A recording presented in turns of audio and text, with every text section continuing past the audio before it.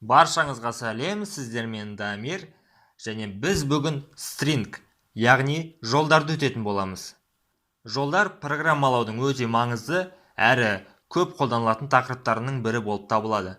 Себебі программа орындалған кезде ол қолданушыдан оның аты жөнін, оның мәліметтерін сұрап жатады. Сондықтан да біз осы мәліметтерді өзімізге алып, өңдей білуіміз қажет. Жолдар былай жазылады бізде. Айнымалы ашамыз да оған мынандай апостроф арқылы ашып, ішіне қандай да бір текст жазамыз. Осылай апостроф арқылы жазсаңыздар болады, немесе тырнақша арқылы. Ешқандай айырмашылығы жоқ. Былай ашайық та, мұнда hello деп жазып қояйық. Hello. Бұл S бірінші айнымалы болсын бізде. Енді S екінші айнымалыны ашып, оған қолданушының атын сұрайық. What is your name? Енді алдыңғы сабақта өткендегідей біз бұл екі жолды бір-біріне қоса аламыз. Мінекей. Екі жолды бір-біріне қосып өрнектеп шықты. Ортасына пробел қойып қояйық мына бір жерге. Қайтадан қосатын болсақ, міне, дұрыс шықты. Және бұл hello деген сөзді бірнеше рет көшіріп жаза аламыз. Мысалы, 3 рет жазып шықсын. Көбейту 3 дейтін болсақ, міне, сол сөзімізді 3 рет жазып шықты. Енді, мысалға, индекстерге келейік. Бұл жерде мына жолдың символдары белгілі бір индекстермен, яғни орындармен берілген. Индекс ол символдардың орны деп айтсақ та болады. Мысалы, H 0-ші орында I 1-ші, 2, 3, 4, 5, 6 дегеніміз ол пробел мына жерде тұрған. Сонда барлығы бізде 7 символ бар бұның ішінде. Программалауда индекстелу 0-ден басталады бізде әрқашан.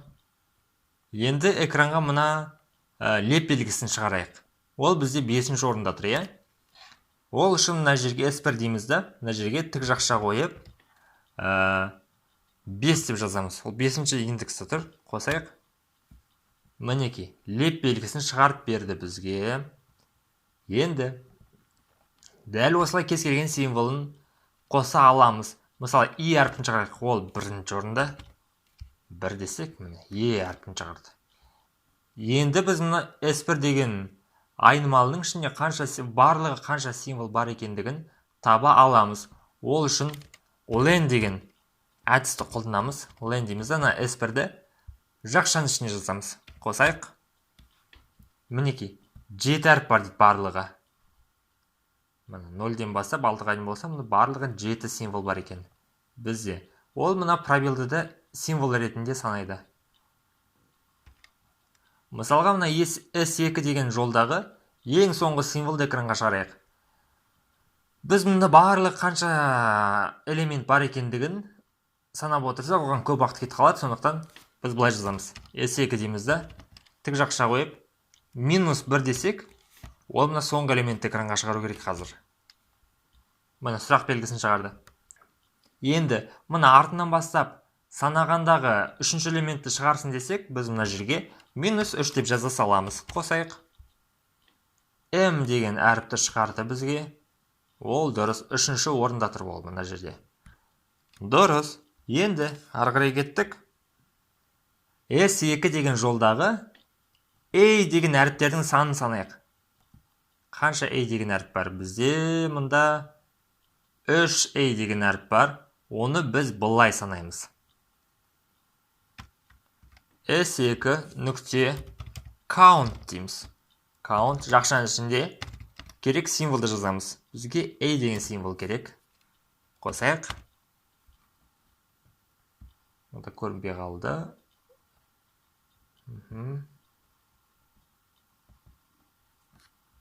Мінекей, 3 деп шығарып берді бізге. Сонда бізде A деген 3 символ бар екен мына жерде. Мен жазған әрбір кодты қайталап өзіңізге сақтап отырыңыз. Бұл өте маңызды. Енді мен мына жерге S деген айнымалы ашайын да, оған екі жолды қосып қояйын бір-біріне. S1 қосу S2. Бізде тағы мынандай функция бар. Мына басындағы символды алайын да, кіші әріппен жазып қояйын. S нүкте capitalize деген бізде әдіс бар. Оны қолданатын болсақ, ол бізге не істеді? Алғашқы әріпті алды да, үлкен регистрге ауыстырды, ал қалған әріптердің барлығын кіші регистрге ауыстырып шықты, көрсеңіздер. Мына W-ді бізге кіші регистрге ауыстырды. Енді біз барлық сөздерді үлкен регистрмен жаза аламыз. Ол үшін upper деп жазсақ жеткілікті. Мінекей, барлығы бізде үлкен регистрмен, үлкен әріптермен жазылды. Тек қана кішкентай әріптермен жазылсын десеңіз, lower деген функцияны қолданамыз. Яғни әдісті қолданамыз. Барлығы бізде кіші әріппен жазылды.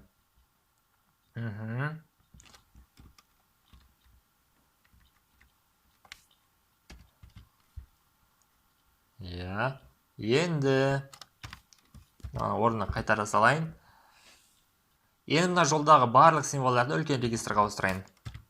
S тең болады. S upper. S-ті экранға шығардық.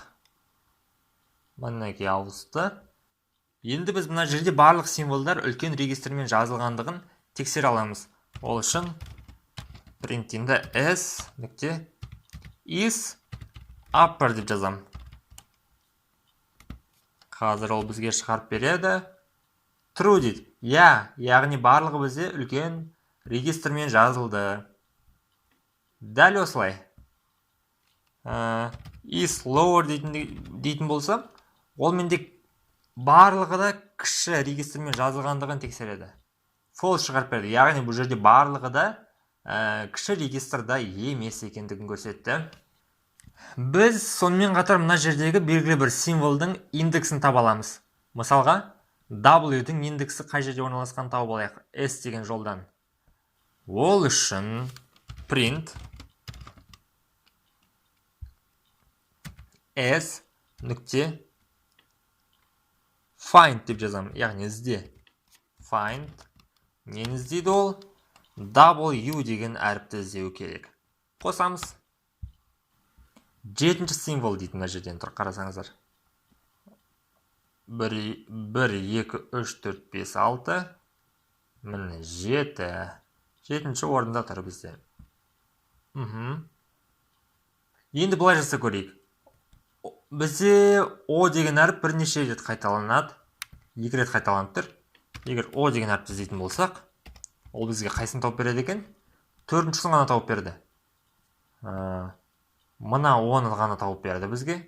Ал мына жақтағы 10-ны көрсеткен жоқ. Сондықтан индекстің іздеу аймағын көрсете аламыз.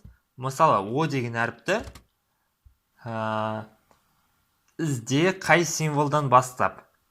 Мысалы, мен 6-дан бастап 20-ға дейін іздей салайын. Қосайық. 16-шы орында тұр дейді. Мына жерде.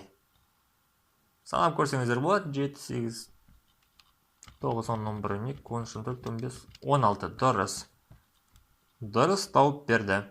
Осылайша іздеу аймағында көрсетуге болады екен. Сонымен қатар бұл find әдісі арқылы біз белгілі бір сөздерді де іздеп табуымызға болады. Мысалға, мыналарды артықтарын өшіріп тастайын да, ішіне U деген сөз ішінде бар мекендігін тексерейін. Бар екен. Ол 15-ші орында тұр дейді. Осылай табуымызға болады. Енді бізде мынандай жол берілген. Осы жол hell деген сөзден басталады ма екен, соны анықтай аламыз. Ол үшін print деп жазамыз да. S нүкте starts with деп жазамыз. Жақшаның ішінде сөз тіркесін жазып қояйық. Мысалы, hell деген сөзден басталады ма екен, тексеріп көрейік. Қосатын болсақ, true дейді. яғни fail'дан басталады дейді. Кіші а шарпын жазып қойсам, false. Яғни ол регистрына да қарайды екен. Жақсы. Енді дәл осылай LD деген тіркеспен аяқталады ма екен, соны тексере аламыз. Ол үшін ends with деп жазамыз. Ішіне LD және леп белгісін қойып қояйын. True. Дейді. LD мен аяқталады және леп белгісімен. Дұрыс. Енді бізде сөз тіркесімізді өзгерте салайық. 1-2-3 ABC. Бұл сөзіміз тек қана әріптерден тұрады ма екен, соны тексере аламыз. Is альфа дейміз.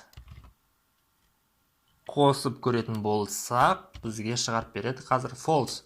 Жоқ, бұл жерде және де сандар бар дейді. Сандар өлшеп сияқты. Тағы бір әріпті жазсайық. True. Яғни бұл сөз тіркесіміз тек қана әріптерден құралған екен. Мінекей бүгін бізде осындай оңай сабақ болды. Енді сізге 3 үй тапсырмасы беріледі. Оның алғашқысы бізде қандай да бір сөйлем берілген. Сол сөйлем ішіндегі қолданушы енгізген әріп қанша рет қайталанатынын табуыңыз қажет. Қолданушыдан input арқылы әріп сұрайсыз, сол әріп қанша рет кездесетінін табуыңыз қажет. Мысалға, қолданушы D деп жазатын болса, мына сөйлемді санаймыз. D деген әріп 1-2-3 рет кездеседі екен. Printқа 3 рет кездеседі деп шығаруыңыз қажет. Келесі екінші тапсырма, сөйлемдегі бос орындар санын санап шығуыңыз керек. Яғни пробелдарды. Мынандай бір сөйлем берілген дей салайық. Міне. Осындай пробелдар саны болса, бос орындар. Сіз 1-2-3 деп шығаруыңыз қажет. Өте оңай тапсырма, видеоны қарап шықсаңыз, жауабын тауып аласыз. Келесі үшінші тапсырма. Сөйлемде қолданушы енгізген сөз бар ма екен, соны анықтауыңыз қажет. Сұрақтарыңыз болса, төменге жаза отырыңыздар. Келесі сабақта кездескенше достар.